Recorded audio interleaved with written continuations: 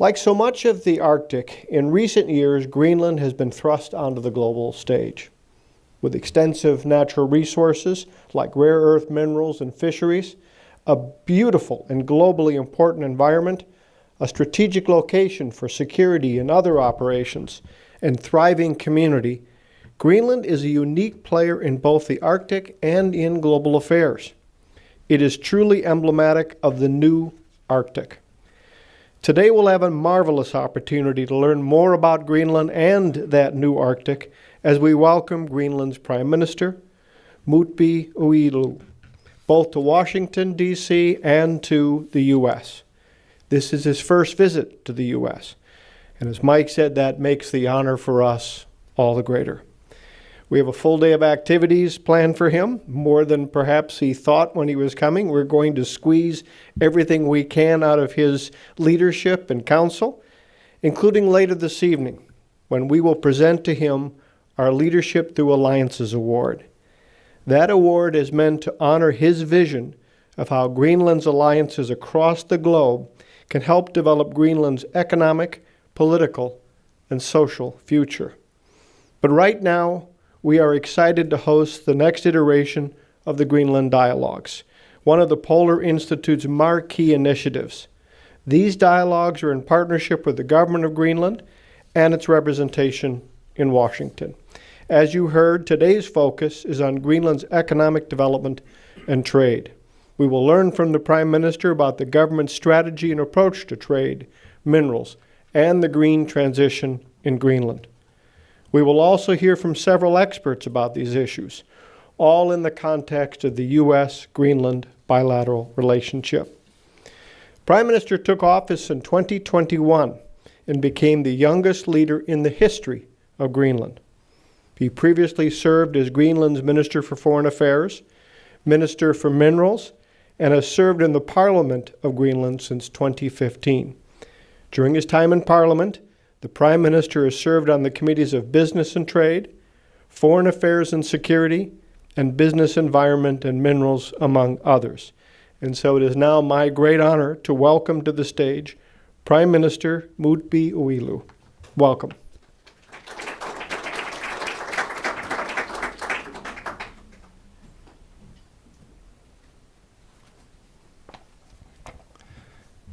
Ambassador Mike Proenak, thank you, Ambassador and Mike. I have been looking forward to my first visit to the US since I taking office in spring 2021, and I'm happy to be here today. First, I want to thank the Wilson Center for hosting me. The Polar Institute consistently puts the Arctic on the agenda in Washington, D.C., enabling important dialogue and cooperation on a wide range of issues of importance to not just the Arctic, which we in Greenland call home, but to our entire planet, which we all call home. I want to thank you for the important work you do and for the cooperation we have with you under the Greenlandic Dialogues umbrella.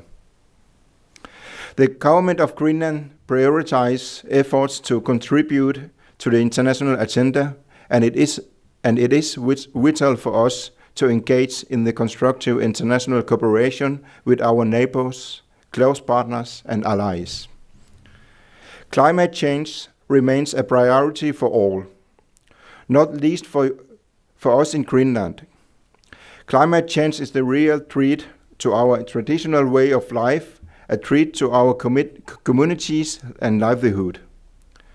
The world's eyes are looking at the Arctic as we decision makers try to sort out what the changing of the climate will mean for our populations. In this regard, I and my government are ready to take our share of responsibility for actions. Climate change, the melting ice caps and rising temperature are creating new attention to our region. The threat to the planet and to our way of living is evident and needs action from us all. Greenland has decided to contribute to the effort of mitigate the consequences of the climate change regardless of the polluter. Greenland is already contributing to the global reduction of carbon pollution. At the moment, more than 70% of our electricity is produced from green energy through our 5 hydropower stations. Last year, our parliament in Egede decided to construct within the next 5 years 1 more hydropower station and expand another. This initiative will bring our coverage up to more than 19% green energy from electricity production. We further see possibilities for international partners utilizing our vast hydropower resources and unique climate. Possibility for solar farms and power-to-X processes producing climate-friendly ammonium or hydrogen green fuel are some of our priorities. We are right now in the process of opening up to investors who can invest in our vast hydropower resources for the production of green energy solutions. This is great ambition, addressing climate change, and we see foreign interest in our renewable energy sources. So, Greenland could become a net exporter of renewable energy within the coming decades. American investors are here more than welcome to bid on the hydropower concessions in Greenland. In that respect, we have focusing on wider economic and commercial relationships, also cooperation into education, capacity building, science and development. Future cooperation could involve investment of the green transition, both on terms of critical minerals and hydropower for green fuel production.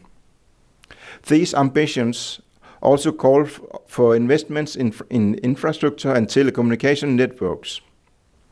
Government of Greenland is already investing both in new airports and ports to support the possibilities for development. We prioritize sustainable economic development as a strategic goal for creating a self-sufficient and climate-resilient economy. Therefore, as an open economy, we are seeking new partnerships, commercial partners in business ventures who abide by our laws and engage to the benefit of the people of Greenland. And we are welcoming like-minded partners in this process. It is the ambition of the government of Greenland to obtain a formal agreement with the United States, ensuring ongoing dialogue with the US on trade and investment to support our goals. Climate is unfortunately not the only change we're experiencing. As Putin's unacceptable aggression with the Russian invasion of Ukraine has only reminded us it is vital to strengthen cooperation, trade, and political ties between allies and friends. The government of Greenland condemns the Russian war on and in Ukraine, and there should be no doubt where Greenland has placed itself in the question of this war. This only makes it the more important that we, among allies, have constructive and fruitful talks on increased cooperation between our countries, also on trade. Establishing trade between Greenland and North America is one of our central priorities.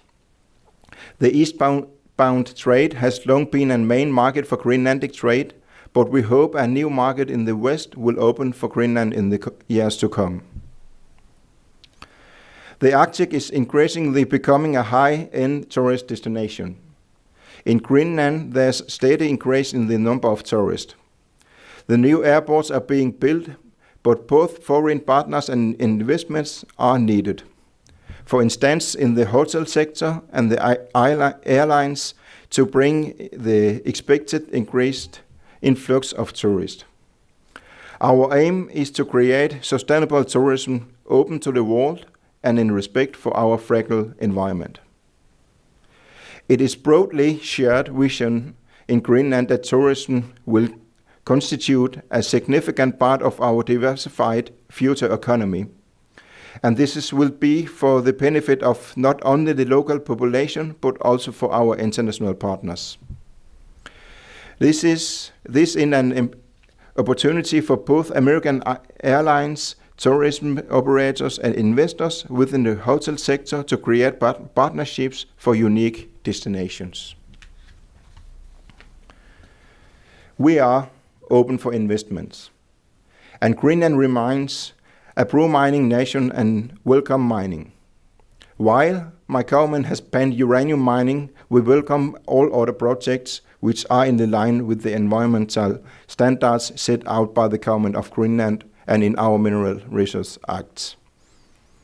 Mining provides great potential for both investors and for the Greenlandic society, and we seek to develop the sector further in the coming years. We already have several major projects in the pipeline and are welcoming further activities, especially with like-minded nations. Partnerships and close friendship are, as I have stated earlier, even more necessary today and in the coming years. And in the light of the global changes in climate and security, I want to be clear. United States is Greenland's most important strategic partner, and I believe the United States will remain our strongest strategic partner, whatever changes in the future might bring.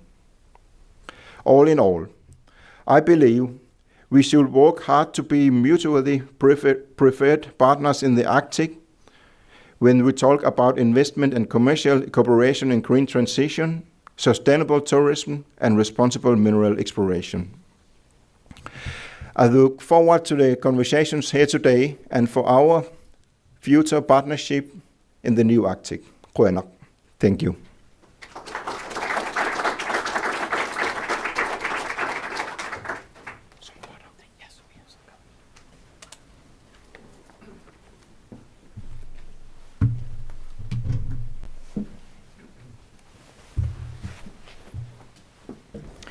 It's a little bit hot here in Greenland. We didn't have this summer you have here. He said it first, not me. Prime Minister, thank you. We'll give you a moment to have some water, please. And this traditional anorak is made for long time ago to bring the warm inside in the body. So is it working? So it's working. Okay, yes. Good. Thank you very much for your comments. Possibly more important, your presence here today and with the rest of your government representation. I think these are important discussions to have, obviously, but to have you lay out a vision for your government and where you're going and how you will go about crafting Greenland for the future is important for us to hear. And it makes us think about what role we would all have collectively, not just the United States or the Wilson Center, what role we have collectively in the North as Northerners, but globally. And now, as Ambassador Green said, Greenland is global for a lot of reasons. Many concerns about the melting of the Greenlandic ice cap and what that means for all of us, but yet it provides perhaps some opportunity as well, maybe not as much as we would like. But as you noted, everything from tourism to economic development, on and on, there is a vision for Greenland in the future.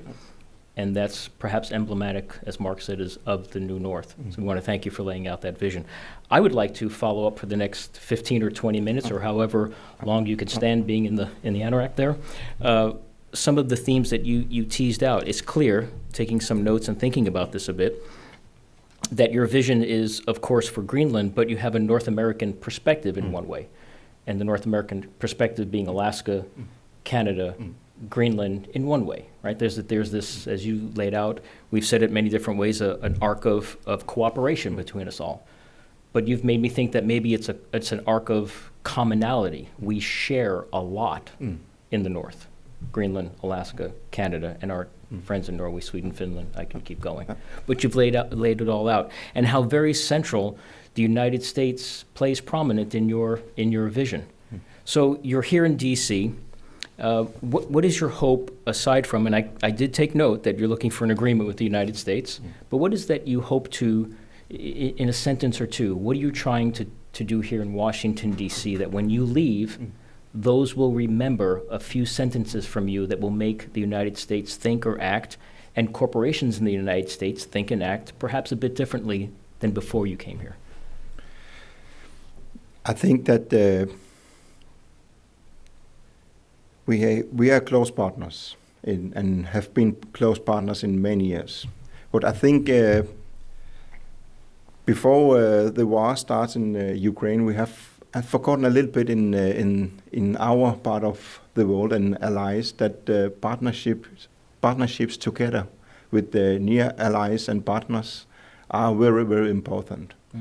And in the new development and the ice is melting in the Arctic area, and the new roads, trade roads, it's opening in this area, we need to rethink our partnerships and develop our partnerships for the future. So I hope that we can move a little bit closer to a new era of our partnership together with Greenland and US and among all the countries in North America, because we are in the middle of everything. If you look at the Arctic, just on the Greenland is covered around 20% of the Arctic, minimum 20% of the Arctic, because we have a new agreement with Canada yesterday in the new boundary. So I need to calculate that. We're going to come back to that, yeah. But I hope that our visit here can be a stepping stone for a new era, because the new Arctic is on behind the door. So that's my biggest hope, because we have a lot to share. We are living in, as you said, in Alaska, Canada, and Greenland, in the Arctic area, and an environment who is very, what you call it, we need to protect it, but also think about to have some growth and economic development. I think sometimes, thank you for that. And by the way, I just got, I don't mean to be rude, but I just got a text that's saying, yes, they're working on the air conditioning. So that's a central topic up here right now. Yeah. So we'll. And you're also from Alaska. I'm so glad I have this wool suit on, yes. But there is this balance in the North we're all facing, and that is, how do we provide for not just the 4 million people that live above the Arctic Circle, central to that, the indigenous peoples of the North. Another thing we share, language, culture, all of those things. And landscape is culture. It is, food is our culture, language is our culture. But we're in this paradox that we have to navigate through, which is, how do we develop the North, which has traditionally been built on a resource extraction development, and fully take into account that our climate is not just warming, it is heating. Today, research indicates maybe some places in the Barents 7 times. Right? We know 3 to 4 times else in the Arctic regionally. So what are your thoughts about how we balance the need for development for us to live in the North with the realities of current day climate change and the impacts of on the globe? As Inuit, as we are in Greenland, the indigenous people, we have always lived with our nature, and use our nature. And if you, our partners in the western part of the world, can listen to the indigenous people, what they need, what they want, I think we can find a solution for this development and growth. So I think I have used some words the last 1 year, that nothing without us, nothing about us without us. So if you think at this way and respect the people who's living in the Arctic, I think we can find some solutions for the economic growth and cultural growth and development in all the way. I want to tie 2 things together and then ask you a question, because based on I took note of, these are my words, but I think they're pretty much close to a quote, ambition of your government to obtain a formal agreement with the United States, right, to ensure that there's investments, that basically you're a friend in need of economic development, that's mutually beneficial, thinking here on the bilateral side, but also multilateral.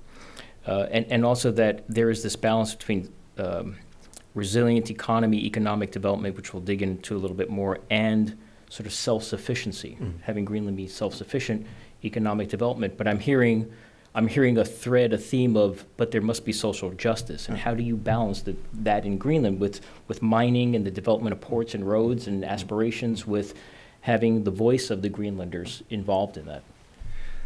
For example, I in my speech, I said that we want a sustainable development in tourism. It means that we don't want mass tourism. We want people who can come there and respect our nature and environment. And it's the same for the mining industry, and the same for all the other investment in Greenland. So, because we have seen some other countries like us have an economic development, but maybe have forgotten the people who are living in these nations.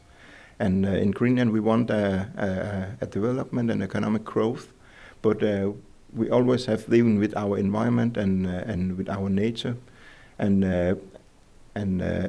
we are the modern community, but we still have this in our mind that before we do something, we think about our environment and the influences it can come if we do some steps. Okay, thank you. Well, let's talk about mining and green transition, because when you follow the articles in U.S. newspapers and abroad, it sounds like there's a rush. Everybody coming in and investing a lot of money in mines in Greenland, and lots of critical minerals, rare earth minerals, and of course, as you said, Greenland's open for business. So can you talk to me a little bit about how you're balancing the development, what your visions are for these mines, where are they, what would they look like, and how you would balance those, and how they play into with the environment, and how they would play into a global green transition. This is not just about Greenland's transition, correct? Sorry? Correct? I mean, it's more than Greenland, but Greenland's place in the global stage in this particular area. So we always have, the last decades, we have the mining industry who's increasing. Right now we have 2 active mines. Is that right, Thomas? Yes. And we have some bigger ones on the pipeline, as I said. But we always think about when no, let me see in another way. We always listening to the people and the way they are thinking about if we want to open a mine. For example, in my speech, I said that we banned uranium mining. There was an project in South Greenland where the local community was against. Most of the local community was against this mine project. So that's one of the reasons that we have taken the steps to ban uranium mining, because we also think about our children and grandchildren and their children and the grandchildren after, that we don't want a waste of uranium in their backyard. But yet you do see a willingness of the Greenlandic people to create mines that can be sustainable, environmentally as stringent, as friendly, and as productive as you possibly can, not only to make that happen for the global markets, but that is a pillar of what you see for, I'm asking, a pillar of what you see for the Greenlandic people and the Greenlandic government going forward. Yes. It's a key part of it. Okay. And the uranium issue, it got convoluted. It was confused, I think, in many places, that because no mining on the uranium issue, some headlines read no mining in Greenland, and what you're saying is that's not the case. That's not the case. We are open for investment in mining, but not for uranium. And right now we have, as I said, we have 2 mines, one a ruby mine and one mine with some anorthosite mineral. But in the pipeline we have an zinc mine up north in the top of Greenland, and another projects like a coal mine in South Greenland, and back in the history we have some mines who have been very influential for development, like the Egede mine in South Greenland, who with Kryllet, who made some of the aircraft and more than that in the Second World War. So we have a trade between United States and Greenland at this time, and at this time the Greenlandic people also feel the development and to be part of the world. So we still think the same way, but also thinking about our environment. And in order to get to these mines, the North is rich in a lot of these resources, but we are infrastructure poor. So it's not just opening up a mine. You have to have roads to that mine. You have processing plants. You have to have electricity. You have to have so much more that goes into that. How do you approach that component of it, which is not just the mine, but the infrastructure and the energy? How do you get energy to these mines to fuel them? Some of the projects think about to use hydropower, but we're also lucky because in other countries the mines is in middle of nowhere, but also very far away from the harbors. In Greenland, you can open a mine in middle of nowhere, but really nearby the sea. So you have so you can invest a little bit better, but I think also that we are thinking to develop our economy with mining, but we're also thinking about develop our economy with the green transition. And we have a lot of water in Greenland, and a lot of potential to make some, as I said, power to X solutions like that, but and also in solutions for solar farms, and I think that this is the way the world is thinking right now. The young people thinking about green transition and the climate changes, and maybe the older generations think a lot about oil exploration and mining exploration, but we need to think about the coming generations and the wishes, the think about and the wish that we invest in green solutions. So I think we need to rethink some our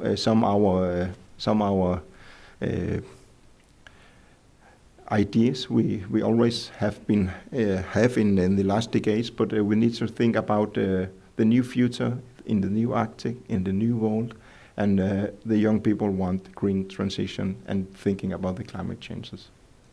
So it's more than just laying out a strategy for Greenland. It's rethinking. It's reflecting an entirely global transition in thinking, not just a transition in energy. If I'm right. Yep. Right. So I want to talk a little bit more about the hydropower, because that has potential not just to it does fuel your Sorry. It fuels your needs, almost 90% coming up, but also that could be maybe an export of energy. Correct? It's correct. Yeah. And right now we have started we have two places in the middle of Greenland, and we try to find some investors right now to invest in these projects. There's a lot of power there. How much, Hobie?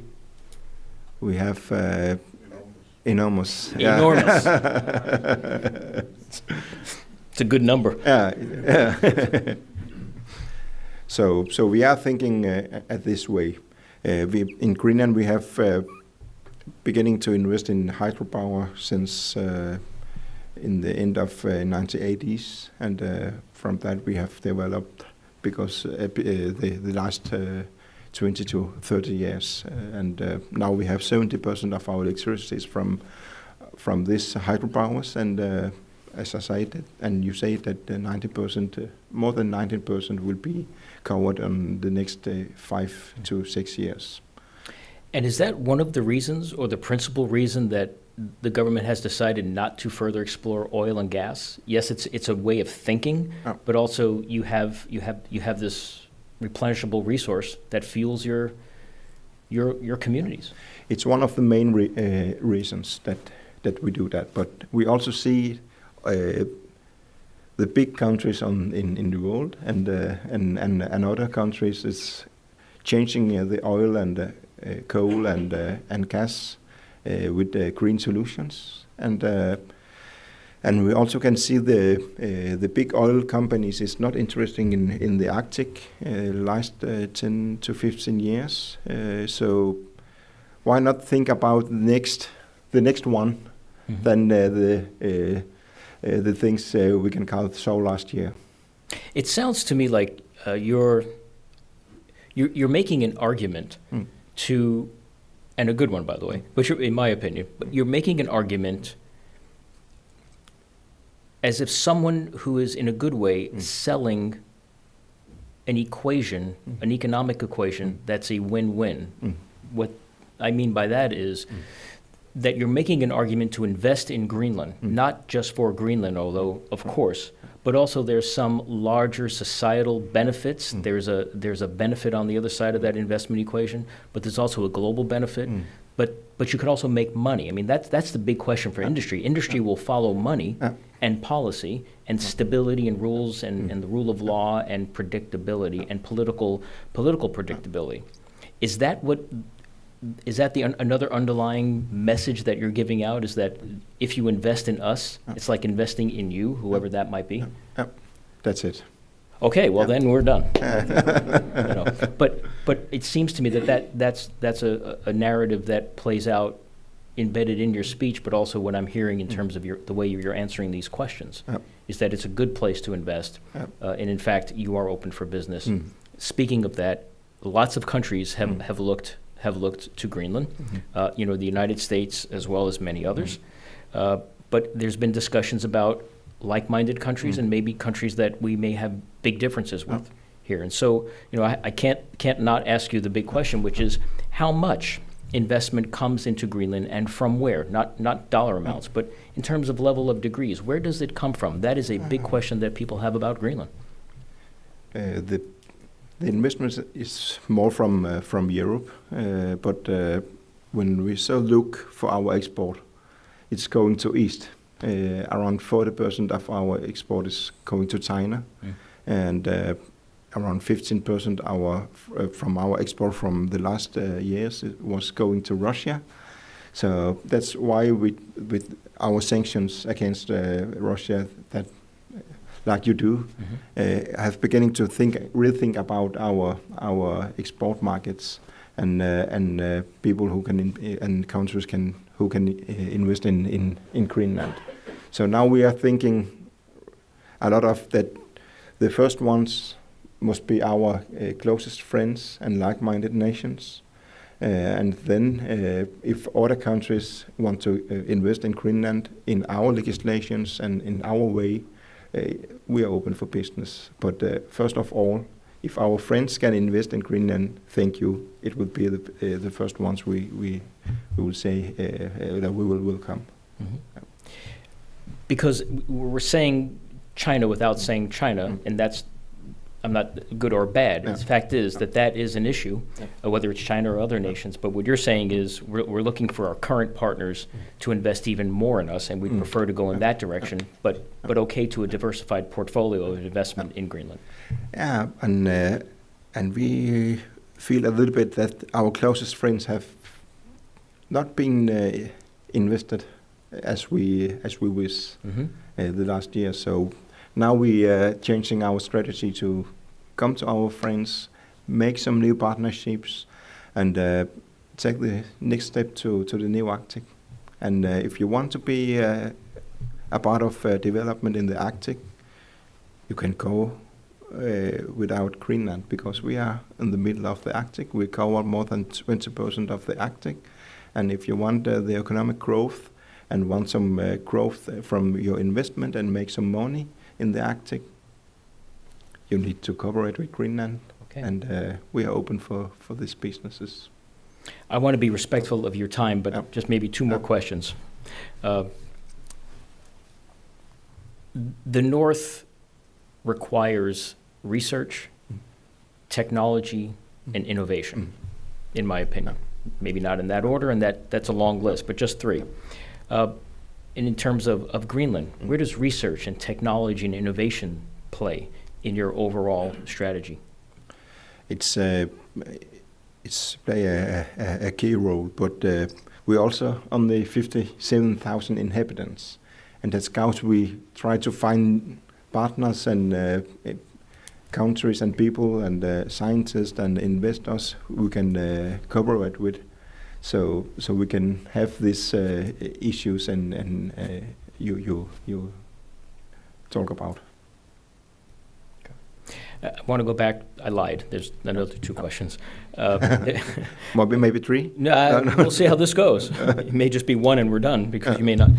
But in terms of the sanctions in Russia, I mean, that is it caught our attention, caught my attention, caught the U.S. It caught the global attention that Greenland would participate in what constitutes a mostly global sanction package against Russia. So I have to ask you why. Is certainly with the economic impact it would have to the government of Greenland. That's a significant portion. And what other markets, maybe the U.S., but what other markets are you looking at? Because it's a really interesting decision you made. So help us think through why you did that, and then how you might take up the slack in moving that product elsewhere. We are a part of the international community, and we are one of your allies in the western part of the world.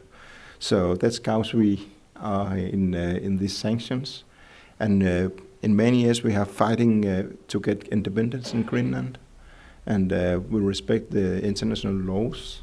And when a country like Russia with Putin have aggression against another country and not respect the boundaries and breaking the international laws, of course, we need to be part of the rest of the world to fight against this aggression. And of course, that our export to Russia, as I told before, that it's around 15% the last years. And now we are trying to open market in the U.S., in Canada, and actually we also have good export to UK and Europe. And right now we have negotiations with the UK with the FTA, Free Trade Agreement, and we try to have a trade agreement with the other like-minded countries. So, and we also can see our fishing exports the last year have increasing here in U.S. So we hope we can open the market here because we have a high level of our fish. Thank you. One last question. So we held to the 2-3 questions. You mentioned Canada. So let's talk about Hans Island. Let me let you share with those who don't know why it was so significant, the ceremony yesterday, the agreement yesterday. First of all, I will call Hans Island, as you know it, in the Greenlandic and the Inuit way, Tartupaluk. They have always been an area where the Inuit in Canada and Greenland have living and have some hunting and more than that, and have made some families and friends together on the port side. That's why it's important that we have this solution and agreement last day with Canada and Greenland and Denmark. It's also important that we show other countries like Russia that the diplomacy, respecting the international laws, and have a strong partnership and have low tension is very important to develop the Arctic and the rest of the world. So claims over one island with a history that predated today's political boundaries was settled by both, outside of courts and outside of just done together two entities for the benefit of both entities, both countries, both governments. Yes. Yeah. But people first. And also with this boundary agreement with Hans Island in Tartupaluk, we also have agreement in the maritime on the west coast of Greenland, east coast of Canada, with almost 4,000 kilometers maritime boundary, who's the longest maritime boundary right now. So, with diplomacy, with the respect for international laws, and of course with dialogue, you can always make some solutions without war. I cannot top that as the final note. So, Prime Minister, thank you for spending time with us, for doing it here at the Wilson Center, for being in D.C., and we wish you very well. Yep. But thank you for the honor of letting us host you, and I hope that we do this again here and perhaps even in Nuuk as well. Right. You are all welcome in Nuuk. So we have the Arctic Circle session in Nuuk in August, so I know you will join us. I'm there. going to do my very best to add to your economy by coming in August, and you did get a good tourism plug in there at the very end. Please, everyone, thank the Prime Minister for his time here today.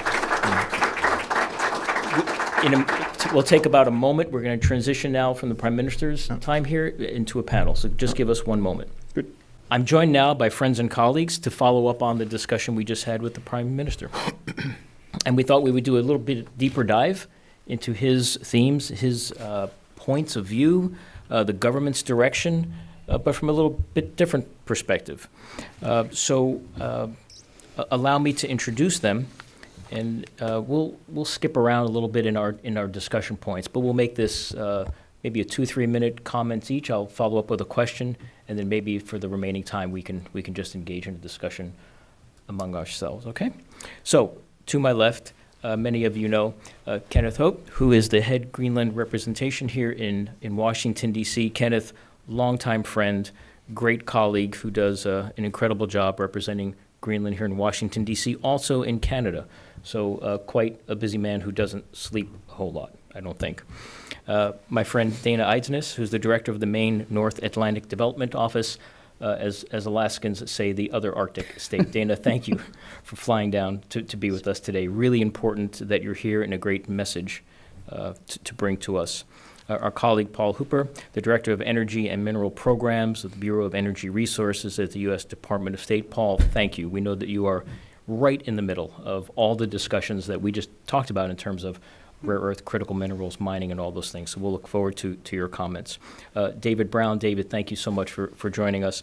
Dave's the Director of Technical Support Office, Bureau for Europe and Eurasia, U.S. Agency for International Development, and we know how central USAID is to many of the things we just talked about here today. So, David, thank you very much.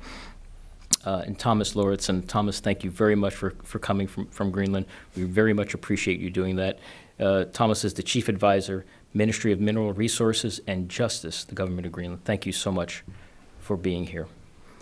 You've heard the Prime Minister's speech, his new vision, and not just for Greenland, but it seemed Greenland in a global context. At least it did to me. Greenland in a global context, and his focus on sort of what the youth want and where that government goes and how that government builds its future, and how important it is to have like-minded nations invest, partner with, think about Greenland, and think about Greenland in terms of other countries' roles and relationships with Greenland, and Greenland's relationships with other countries as well.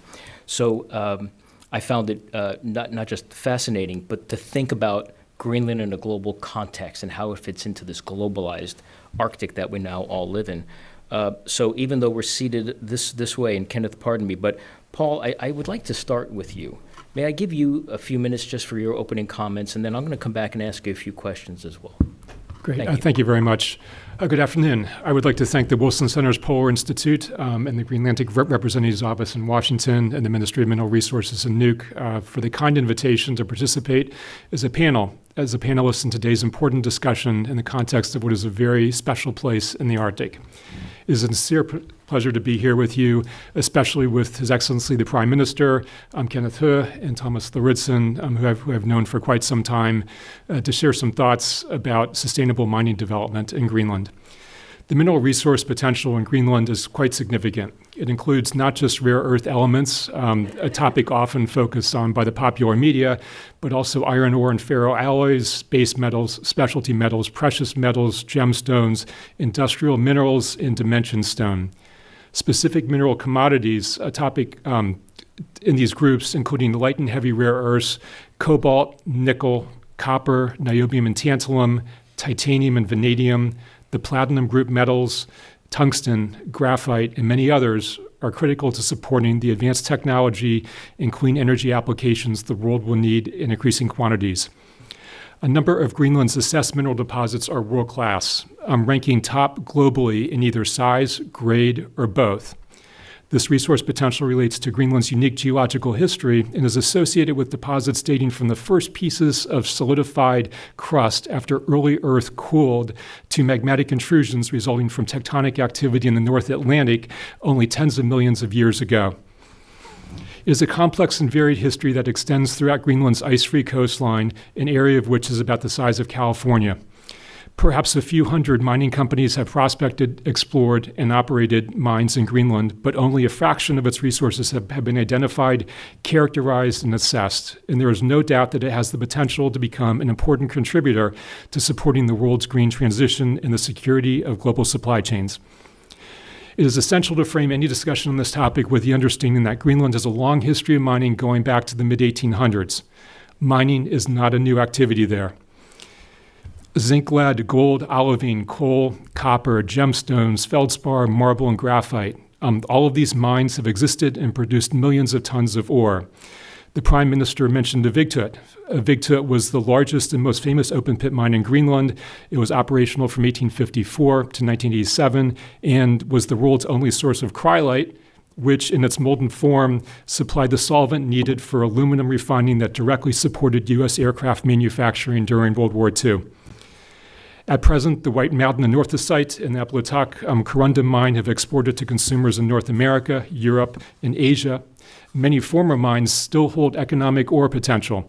The Nalinak Gold and the Amatsak graphite mines are two good examples, and companies are looking at ways to restart them. Throughout the changes in leadership over the years, the Greenlandic government has consistently prioritized its support for seeking investment to expand mining for national benefit. Although mining is not new to Greenland, a valid question is, what does sustainability look like in the context of future mining development? As is true for any of the world's mining jurisdictions, it is imperative that new projects are carried out with quality and experienced investments in a way that minimizes environmental risks and maximizes benefit to society. There are examples worldwide of past operations that were not done with appropriate standards. It is essential to learn from environmental shortfalls that occurred in mining operations such as the Marmalit zinc mine in a Farkarlakasa fjord and the Church Rock uranium mill in New Mexico. It is essential that governments have the capacity to effectively oversee, regulate, inspect, and enforce mining operations, and this is an area that has been a focus of our cooperation with Greenland. The ability to share experiences and perspectives is invaluable, as is the opportunity to learn from each other, as every mining jurisdiction has its own unique considerations and ways of applying leading international practices. Ensuring that the benefits of mining flow to the national economy and society at large also is important. The Ministry of Mineral Resources has a well-considered social impact assessment process that contributes to an impact-benefit agreement with mining companies. It is important that these accurately reflect actual mining company investment profiles and activities so that direct and indirect benefits of mining, when done properly, can be effectively measured as a positive contribution to economic growth and society. Renewable energy also can play a positive role in mining, and we are providing advisory support to the Ministry of Energy to inform the policy and investment frameworks that will incentivize the use of renewables by commercial and industrial users such as mining companies. I have no doubt that Greenland is ready to meet the challenges ahead, including those associated with large-scale and potentially impactful investments, such as the Citronen Fjord zinc mine, the Tambreez rare earth mine, and the Dundas ilmenite mine, as well as many others that are on the horizon, and that these can be developed successfully in a sustainable manner that benefits both Greenland and investors. Ensuring the long-term mining sector sustainability is not just important for Greenland's future, but also for the Arctic and the world. The United States looks forward to continuing to partner with Greenland and other mining jurisdictions to help promote and ensure the goals of sustainability and sound mining sector development. Doing so will be essential to ensuring success of the green transition during the coming decades. Kayanak, thank you. Thank you, Paul, very much. Strikes me, so I want to follow up with a question here. It strikes me that not only was that a mind-numbing buffet portfolio of minerals and resources that you rattled off at the very beginning, which is even more substantial than I thought, so that's one striking matter, so that you can see why there's such an interest in Greenland and why the Prime Minister has this as one pillar of investment, economic diversity, but also the fact that the Department of State is engaged actively in this arena. And maybe industry would look to invest in such an incredible, rich resource that our future now depends on, not just the transition to green energy, but our cell phones and our cars and everything else we do, including maybe these microphones. But I have to ask the question, it is such a challenge to bring venture capital north. You have to make that really tough choice if you're a company. And governments, how do you bring money north when especially in this kind of environment? So can you just give me a peek into how you can attract maybe U.S. investment in the North? It's one thing for the State Department to be engaged, which is wonderful, but how do you get industry to invest here, and what other challenges might there be to getting industry to invest? Wonderful, thanks. It's actually really challenging in terms of investing in the mining sector in the North. Capital costs are maybe 2 or 3 times what they are in the South. I think with respect to Greenland, as in other frontier mining countries around the world, one can sort of bucket it into 4 different challenges. I wouldn't want to overstate it, but really the top challenge, and I would say 90% of the risk that mining companies perceive is related to geological risk, because the money is in the rocks that are in the ground, and the amount of time that it takes to fully explore and assess and characterize what the deposit is and to move it from resources to reserves categories and NI 101s and JORC standards, it takes a lot of money, it takes a lot of time. So reducing geological risk is like the critical thing. And that segues to the second challenge, which is the mining industry is made up of prospecting and exploration companies. It's also made up of mine development companies, and these are 2 very, very different skill sets. And this actually explains why there's a dichotomy between a large number of exploration permits for concession areas and a few number of sort of exploitation-like licenses.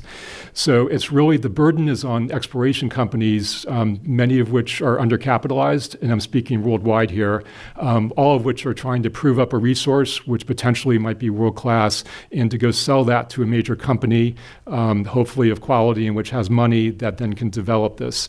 So that's really the second issue.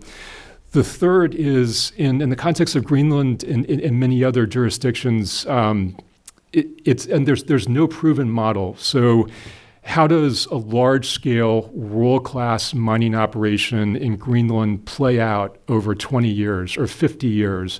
So what's the risk here?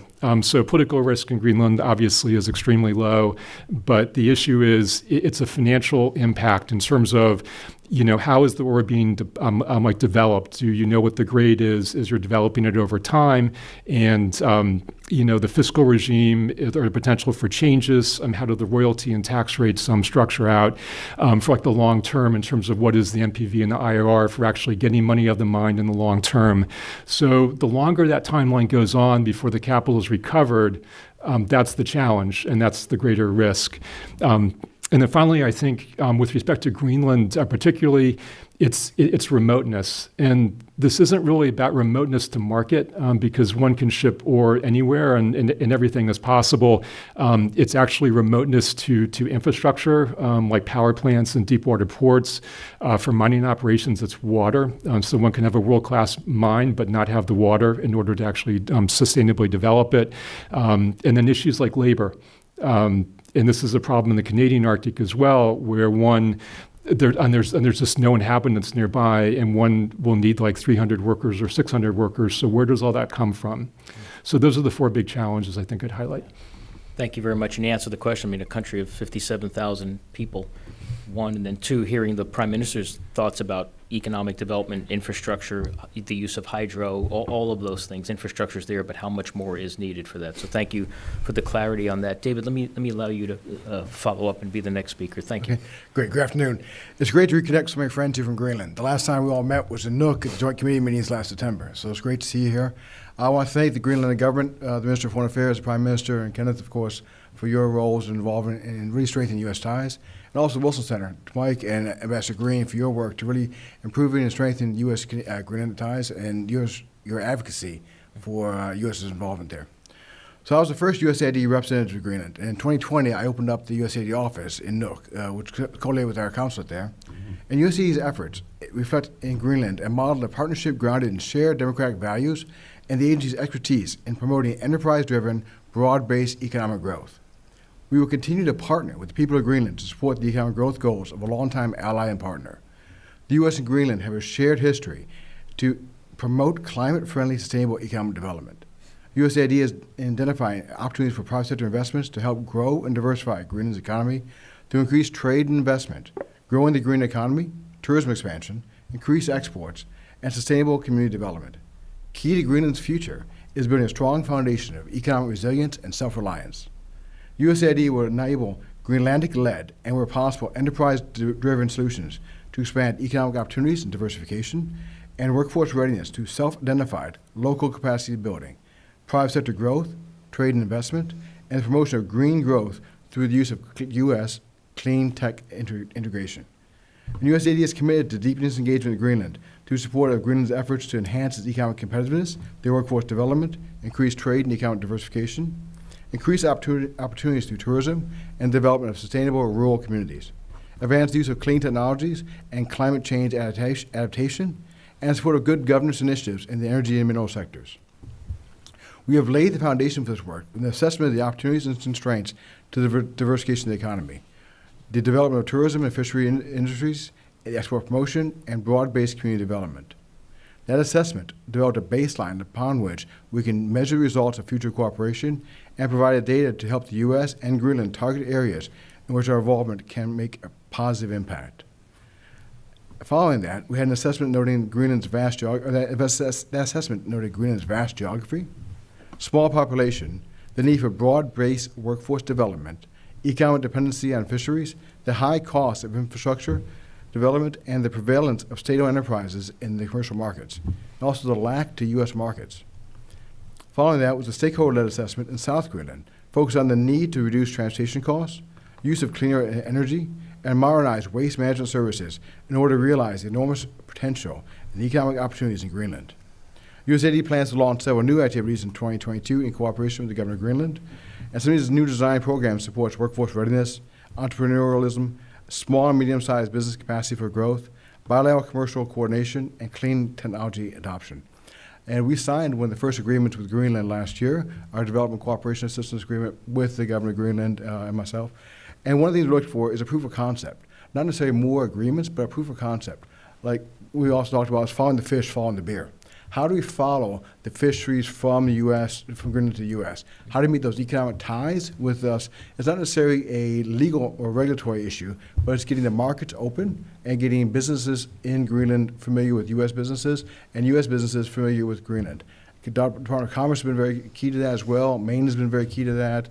Greenland's office in Boston, the U.S. representation here, and also the Minister of Foreign Affairs back in Nuuk has been really essential to making this work.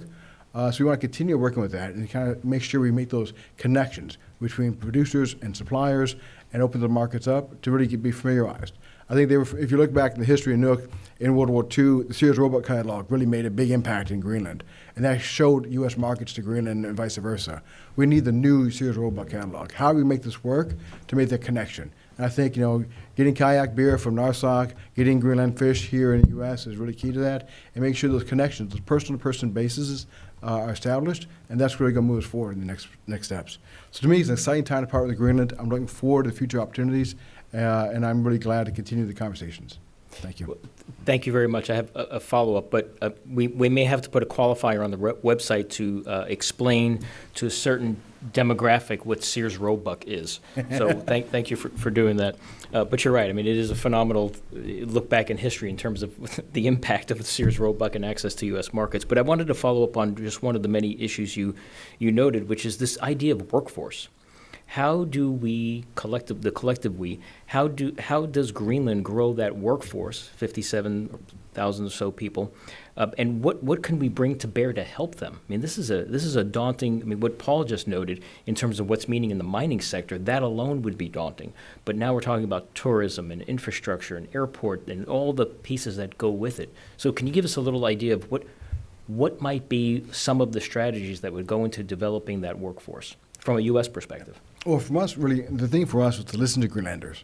And to we have a lot of ideas, but we really need to be a local-led solution. We need to make sure we talk to Greenlanders. So our listening tour was really make sure we go out to the different communities, talk to East Greenlanders, South Greenlanders, West Greenlanders, talk to them, say, okay, what do we need to do? What's the gaps? Identify those gaps, those constraints and opportunities, and whether it be as virtual-led instructions, bringing people on board. And then we found Greenlandic-led people who want to look at entrepreneurship. So one of the deals, one of the new programs we're looking with is the Future Foundation of Entrepreneurs, which is a Danish organization, but also based in Greenland, to really look at working in the schools, in the gymnasiums, and in the communities to work at how do you lead entrepreneurism, how do you get people thinking about other challenges, and looking for Greenlandic leadership. How to get people like Rebecca or Kenneth as a model for other people in Greenland to really look to the success. You see the Prime Minister as a model of what you can do in Greenland as Greenlandic youth to really take charge of their future.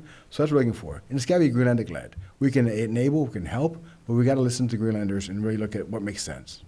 And exchanges, whether it's scientific exchange or youth Exactly. exchange, academic exchanges. State Department and us, we're looking at different exchange programs, we're looking at bringing people on board there, and and look at growing the market. How are we going to make sure whether they have more people in Greenland, how we look at the people in Greenland take ownership of their future, and their economic self-reliance, how they see where they want to go, and where they look at workforce development, and see themselves as part of the future. Well, thank you for that. Both, I have so many questions for you and Paul, but we're going to put those on hold for a moment. Dana, I want to come to you because we're kind of doing a funnel here it seems now. So we're just going to follow the flow of the funnel, which is we have State Department and USAID, two federal agencies looking to that relationship and grow that partnership and relationship. And we kid around a bit, but it's really true. Maine really is central to a lot of what the economic activities, the cultural activities, the ties that bind us from the United States to Greenland. So I want to give you the opportunity for some opening comments and then follow up with you as well. So thank you. Thank you, Mike, and thank you for the opportunity to be here. It's an honor to be here with this audience and with these esteemed folks on stage with me. So yeah, I mean, it is true. I thought it would be interesting to talk today about how Maine is playing a role in partnering and supporting Greenland's development right now. If we go back over 100 years, Maine's been engaging with Greenland through Bowdoin College in the same communities in Greenland for well over 100 years. Our University of Maine Climate Change Institute has been drilling ice core samples and pulling them and analyzing them for probably close to 50 years now.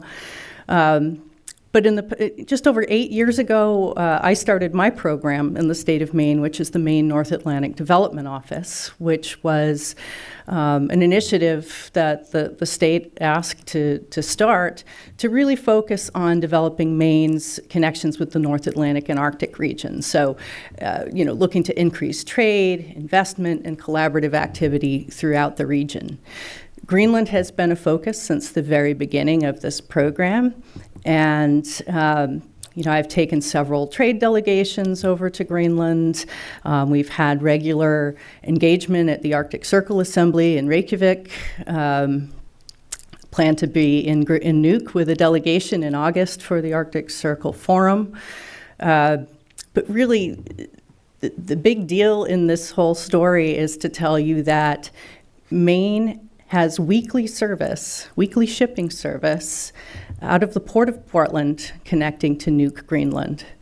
So Maine is essentially connecting the U.S. to Greenland on a weekly basis with the shipping. And I'm looking at Hillary out in the audience, who was just on an AIM-SCIP vessel with me a couple of weeks ago talking about this. But I mean, that is really significant. And so that's, one reason why I'm so excited to be on the stage today talking about that, trying to get the word out more, that this is an enormous opportunity.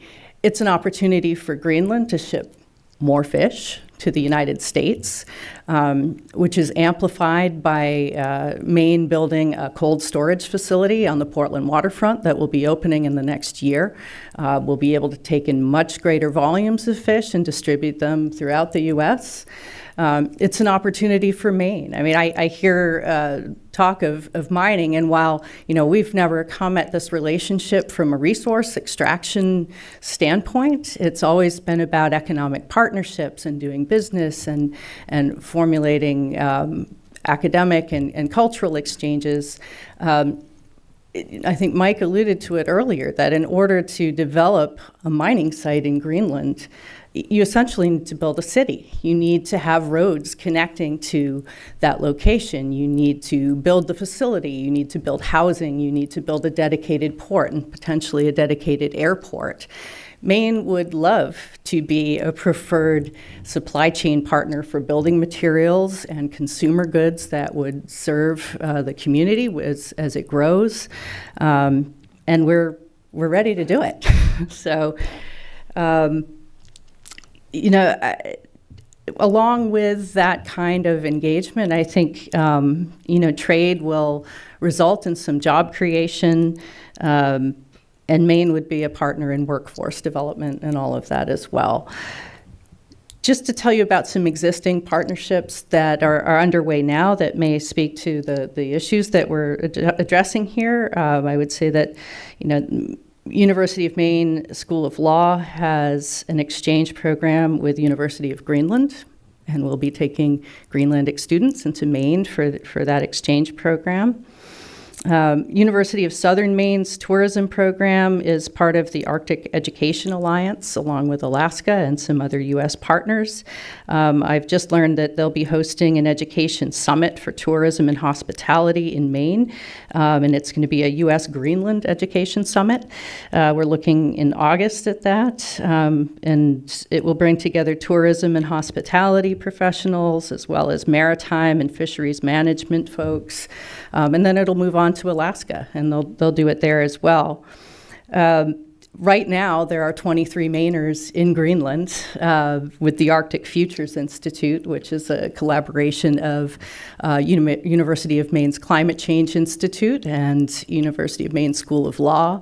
They were there a couple of years ago as well, looking at a UNESCO site, looking at common issues. So it's an opportunity to study an area, but to learn from the locals as well, because Maine is going through a very similar experience as Greenland.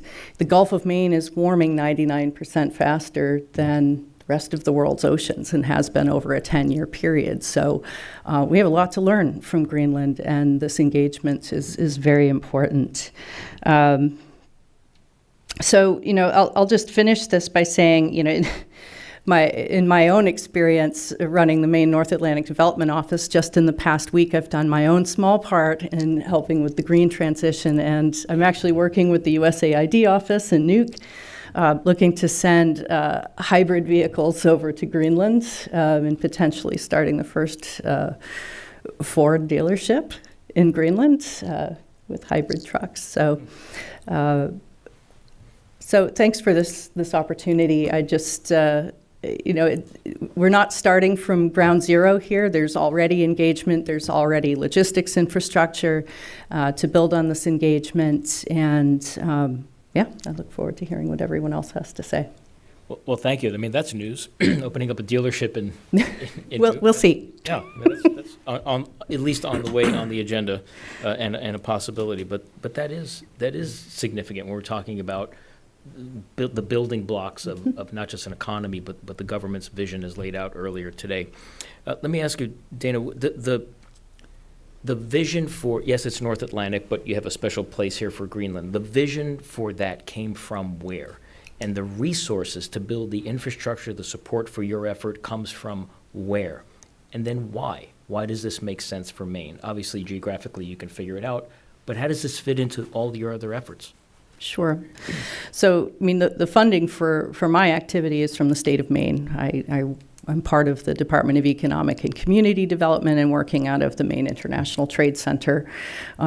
You know, it's important to the state to engage in this space because of AIM-SCIP's presence, because of our proximity to the North Atlantic region, and because, you know, climate change is happening to all of us. And so being a part of discussions regarding the future of the Arctic and how we can bring our best minds forward to help mitigate what's happening, prevent it from getting worse, we want to do that. So that is in part why and how it's funded.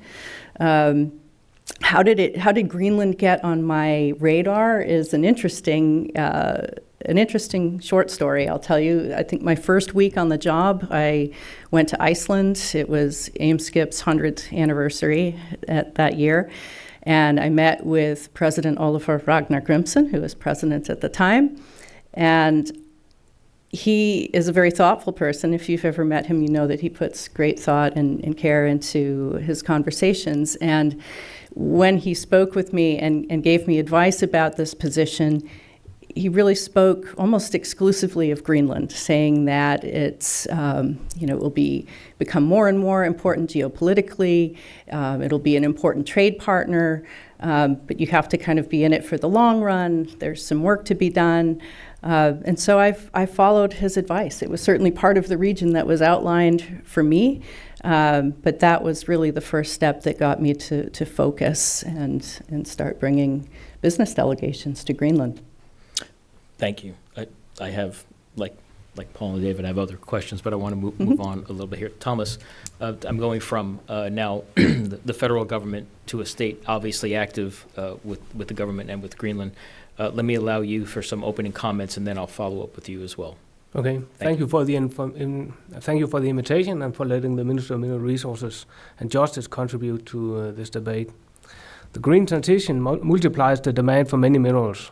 Therefore, in the years to come, and now maybe more than ever before, Greenland has an opportunity to develop its mineral resource sector.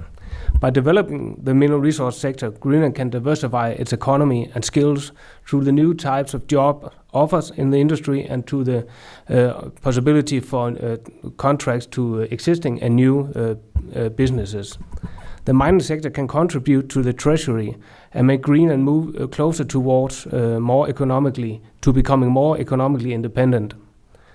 And one of the questions for this debate was, what role can the U.S. play in facilitating environmentally and socially responsible development in Greenland? Well, the most direct role the U.S. can facilitate environmental and social responsible development by having U.S. companies come to Greenland and explore and develop mines in an environmental and socially responsible way, and have U.S. financial institutions fund mining projects in Greenland, and in doing so demanding that it's done in a sustainable way, as most financial institutions do. And then more generally, if U.S. companies are demanding that the minerals they use in the end products have been exploited in an environmentally and socially responsible way, that would benefit not only Greenland, but I think the mining sector of the Western world in general. So that's the private sector engagement. The U.S. government has engaged itself with Paul Huber since 2015. Paul Huber came to Greenland and he has traveled a lot and come to know a lot about Greenland. And he has contributed with workshops and most recently with consultancy service that stress test and help Greenland develop its mineral resource administration. And that may help paving the way for U.S. companies to invest in Greenland in the future. Also need to state that Greenland has terms in place to secure environmental and social responsible mining. It is secured by the government of Greenland demanding environmental impact assessment and social impact assessment, and the government is also setting terms for mine site reclamation and so forth. And the licensee, the municipality, and the government enters into an impact benefit agreement when an exploitation license is granted. That said, Greenland needs more investment in its mining sector. The system has not been tested with major projects, nor has it been tested with renewable energy as a power supply. Thank you very much for that. The reinforcement of environmentally sound, sustainable mining was a thread throughout the Prime Minister's comments, certainly here today. The importance of U.S. government support. But again, back to the centrality of investments from U.S. companies, that you can have all the support in the world or from the United States or from other friends and allies that you can possibly ask for. But really, what I consistently hear is that the need for investment and making the argument that the investment will have a return, not just for the company or the other country, but for the government of Greenland as well.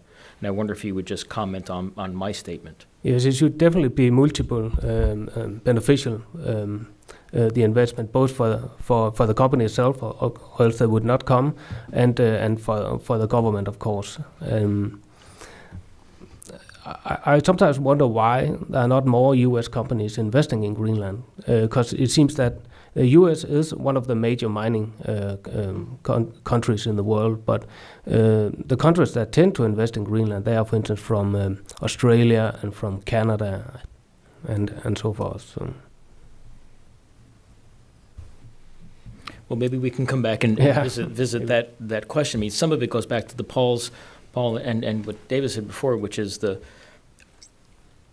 this idea that it takes so long. It's capital intensive, it's workforce intensive. There's a lot of hurdles here, but that long list of opportunity in terms of what the world needs as in that particular that particular commodity seems to be the issue that I would assume a lot of companies are weighing, which is, how lead time, investment, and will I make that back, and then look at the geography and the ports and all those things. So, to me, you're building the building blocks of not only the government, but the building blocks of making the economic argument.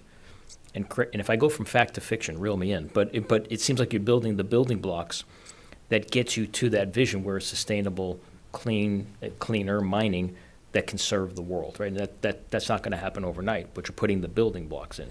Is that an accurate? Yeah, I think we have much in place actually, and since other countries are investing in Greenland, I think we are doing something right. Of course, we have only 2 minor small mines in operation, and so that needs to develop. What may scare someone off is that, and it was also mentioned today, that that's the infrastructure of Greenland.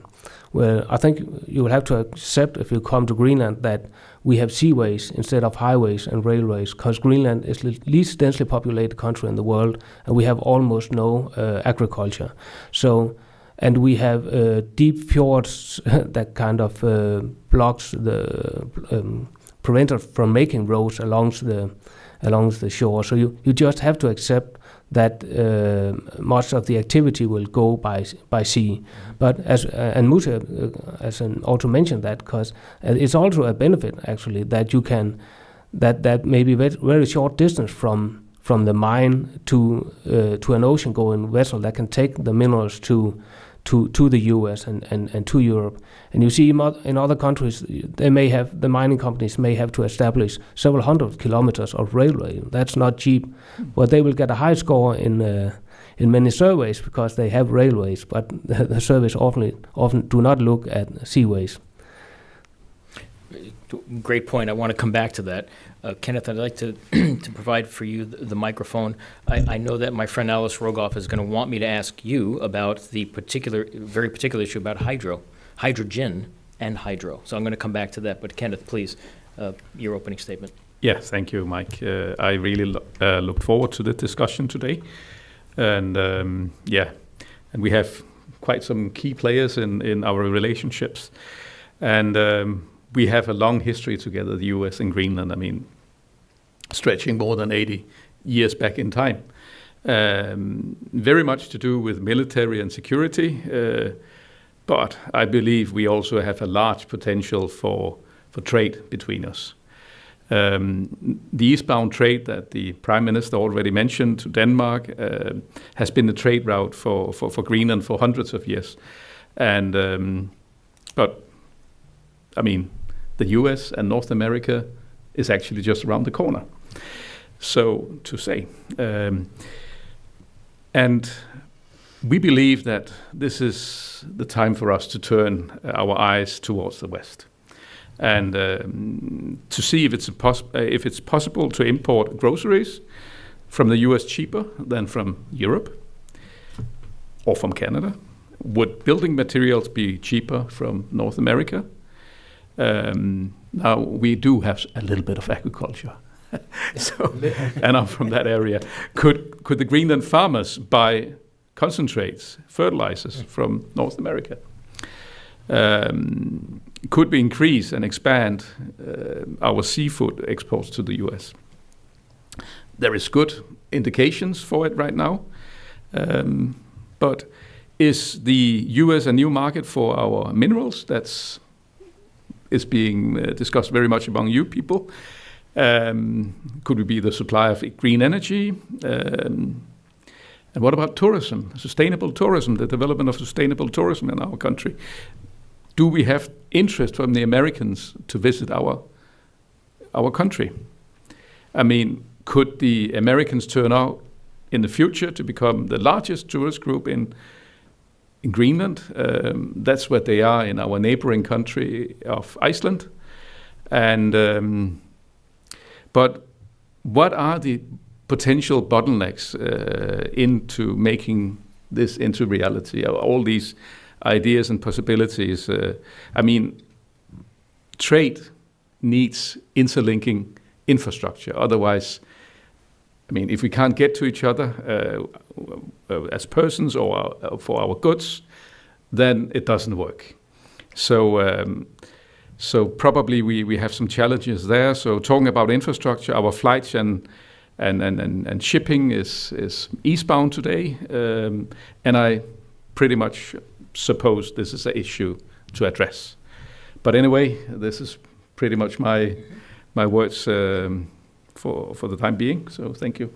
Thank you. And I want to comment on this, but we have friends here in the auditorium, and we have some time for some questions. So if you have questions, I would like for you to raise your hand in a bit, and we'll take some questions from you here that are in the auditorium with us. But Kenneth, I mean, you just went through the entire list of opportunities, some already in motion. But let's talk a little bit about that. I mean, if we're thinking about tourism, for example, away from mining for a moment. If we're talking about tourism for a moment, the brilliance and the realization regarding Iceland and what has happened there, to the good and also some challenges. That was a lot had to do with changes in perception in airline availability, making availability, timing of schedules, a commitment to link schedules with other airlines, access to airports, all of those things. And then, obviously things have blossomed to the point where if you're in Iceland any time of the year, there's a large tourism presence that does dwarf at times the population of Iceland. So I know that you're not interested in that dynamic, but some of that dynamic wouldn't be bad. So right now, to get to Nuuk on any kind of predictable basis, you have to go elsewhere to get there, right? And so how does Kenneth, because that's what you do in this town and in Canada and elsewhere, how do you communicate that to the United States, and what role does the U.S. have in that versus Greenland, and who gets to make these decisions about who invests in the infrastructure and the reliability of this so that you can enjoy at least better direct flights, which then I think would open up a lot of the other things we're talking about here. If you have predictable flights and people can come and go and goods and services can come and go in addition to seagoing vessels. I mean, right now we are building 3 new airports in Greenland. That would be a game changer when they're finished. It will be possible to go to Greenland direct. It will be possible to go into a plane somewhere in the northeastern part of the U.S. Hopefully, we'll get some airliners do this. and get to Nuuk, for instance, in one go. Right now, that's correct.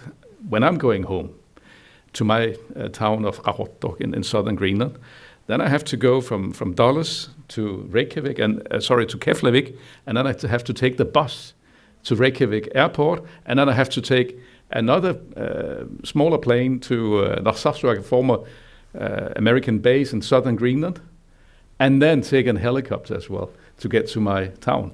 It's a long way. There's many stops and there's many legs into that journey, and that's probably something that we can work on, and that's what we are doing by building the airports. And this will be, I'm pretty sure. It will be much.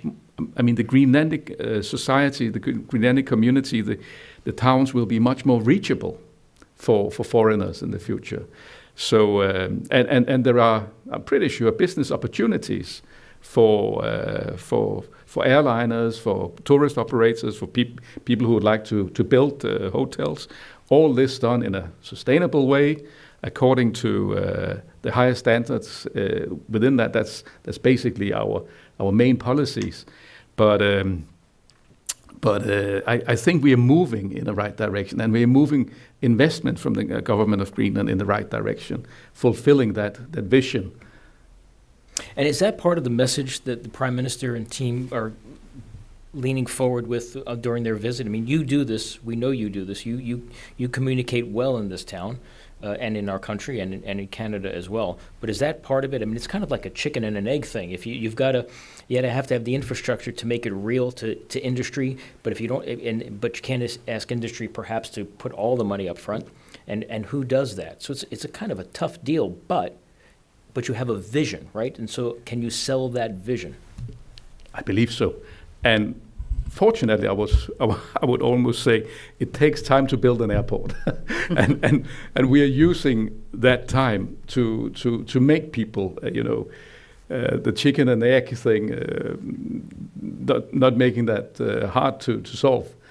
So I really think that we will see. We have seen the interest towards the north, towards Iceland, also northern Scandinavia with direct planes. We are going to see the same, I'm pretty sure. Mm-hmm. There is an interest.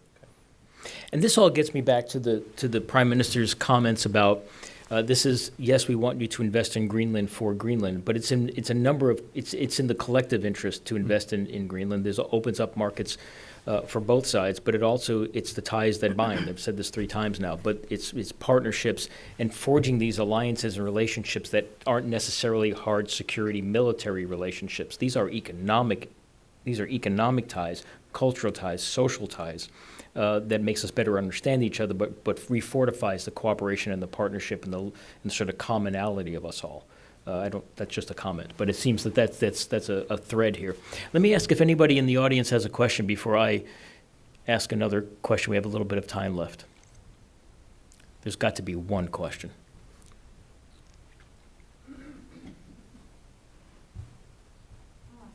Wonderful.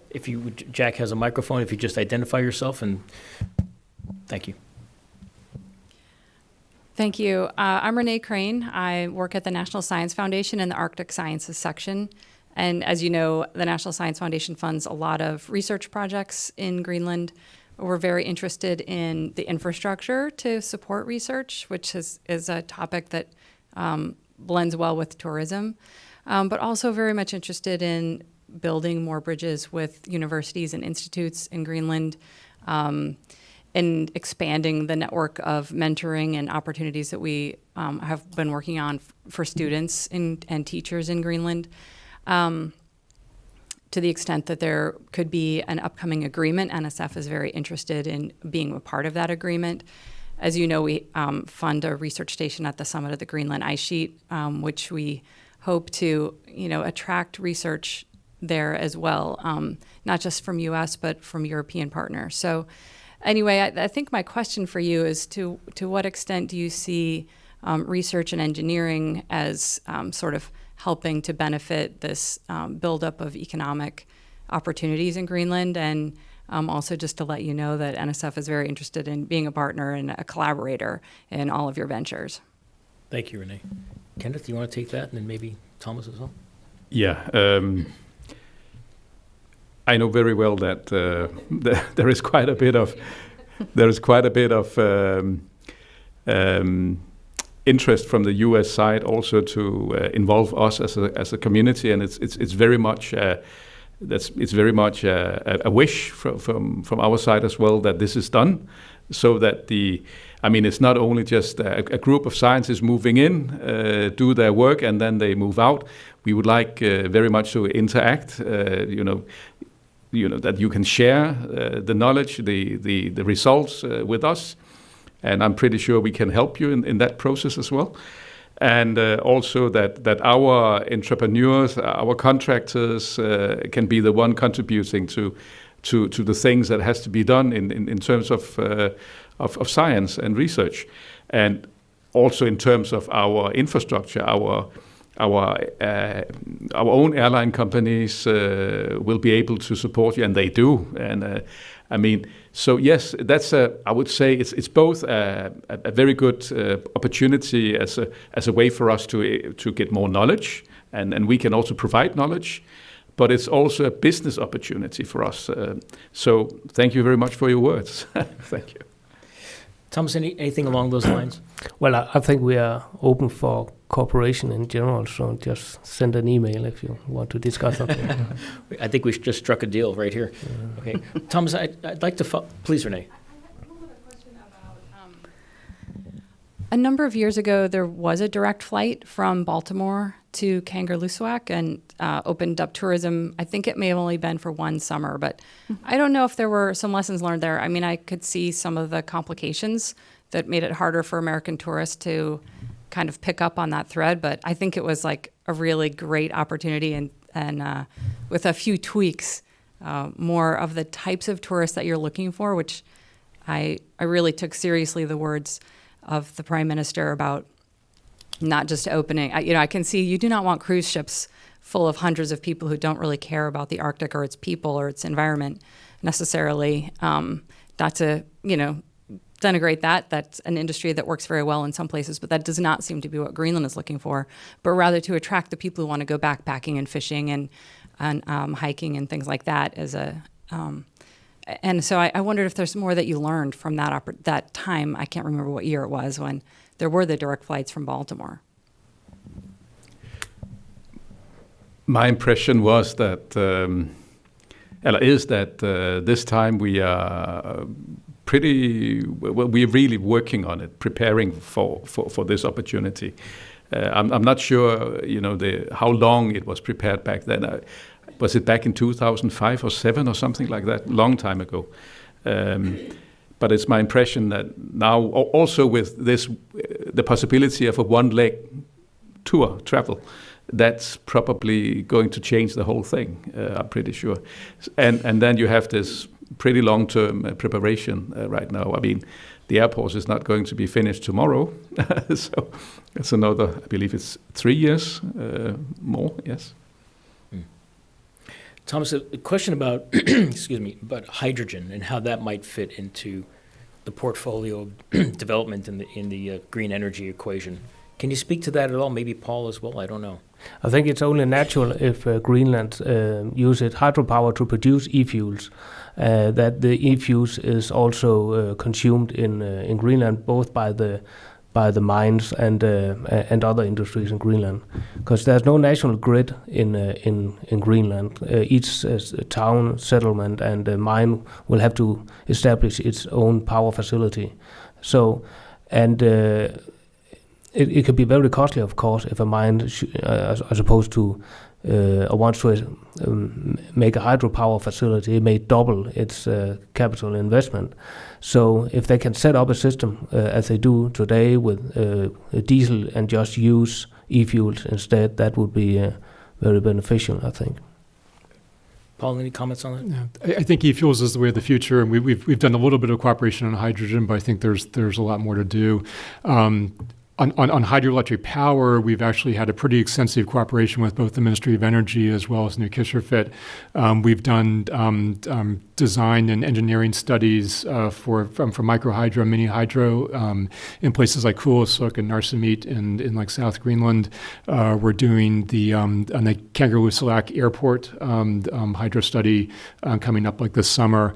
On a separate track, we actually have, and this has come up a few times in terms of large-scale hydro potential in West Greenland, we actually do have advisory support that's working on providing sort of a range of kind of technical analysis to just do like a rough vetting of some of the data and conclusions that were done dating back to the 1970s, because a lot of this was done originally back then when those 5 or 6 like sites were originally were selected, and then kind of helping the ministry in terms of understanding like the business case, because this is marketed towards like large-scale industrial and potential commercial users like IT companies. And a good example would be Alcoa, which until 2015 had a proposed aluminum smelter in Manitsoq that was going to be hydropower, powered. So, and that unfortunately fell apart with the commodity market crash. But there's a lot of potential there. The ministry was just in Rotterdam at a big conference, a hydrogen conference, I think it was back about a month ago or a few weeks ago.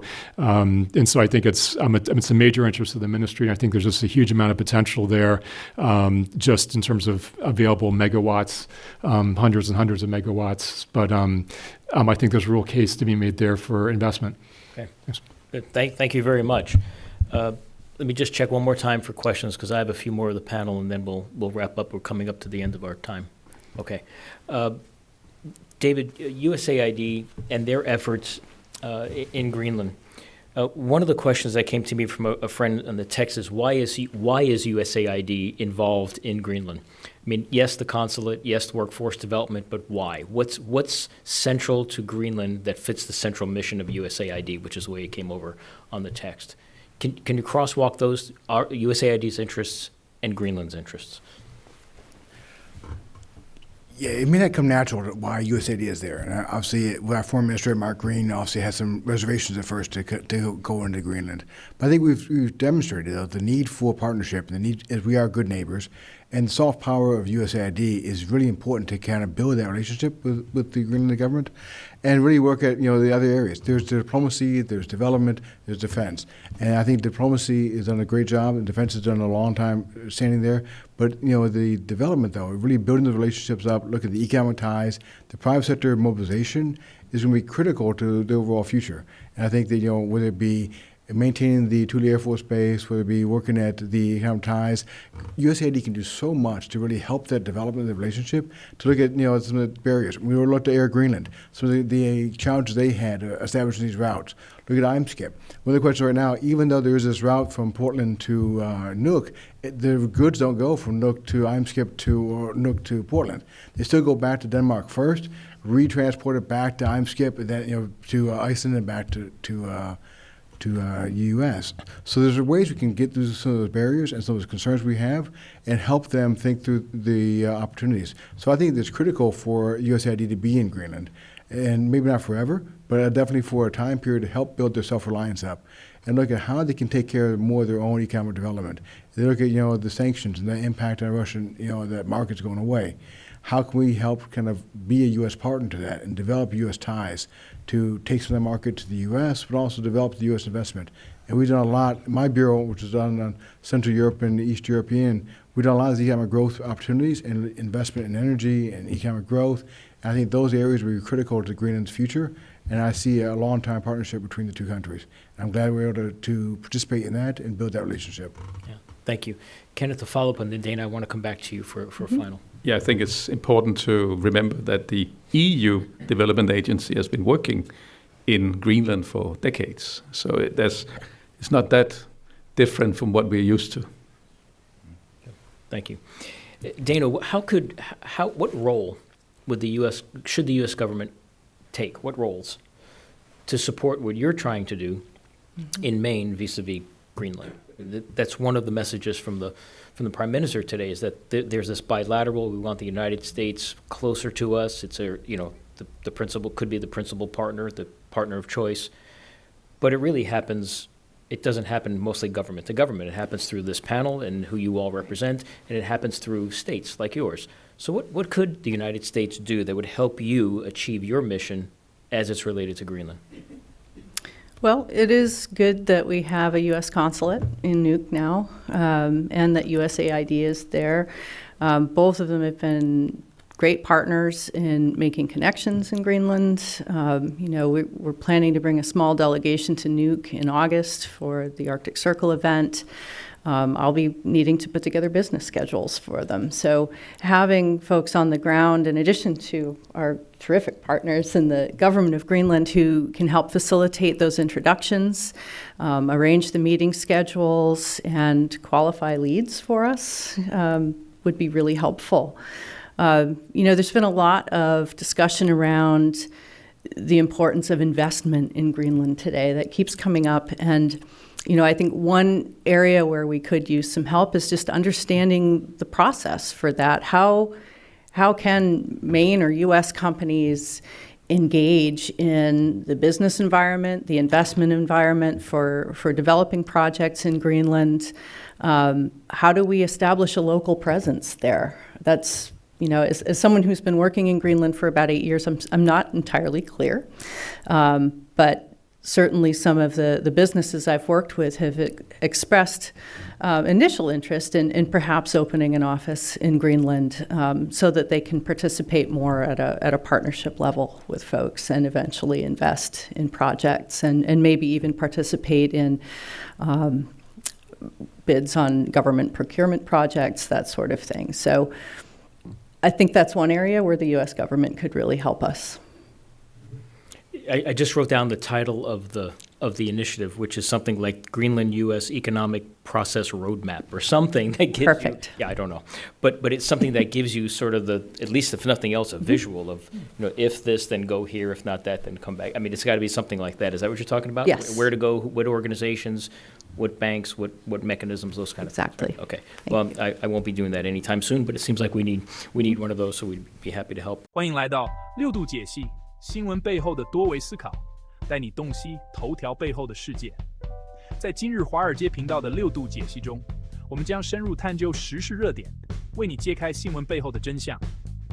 在这个信息泛滥、真相难觅的时代，6度解析应运而生。我运用海量数据、人工智能整合以及专家观点，层层剥析每个故事。通过实时背景数据挖掘，确保你获得全面的新闻资讯。然而，我们关注的不仅仅是数据，更重要的是将它们串联起来。我将分析多方视角，揭示隐藏的脉络，为你提供单一媒体常常忽略的背景信息。无论是政治、经济，还是全球事务，我都将为你带来最具洞察力的分析。试想一下，拥有洞悉全局的能力，做出明智的决策，参与有意义的讨论，这就是6度解析带给你的价值。它不仅仅是新闻分析，更是一种赋能的工具。加入今日华尔街的6度解析，共同探索头条背后的故事。你通往深度理解的旅程，从这里开始。不要只是阅读新闻，要解码新闻，理解新闻，活出新闻。这一切尽在6度解析。立即订阅，不错过任何真知灼见。因为了解真相仅仅是个开始。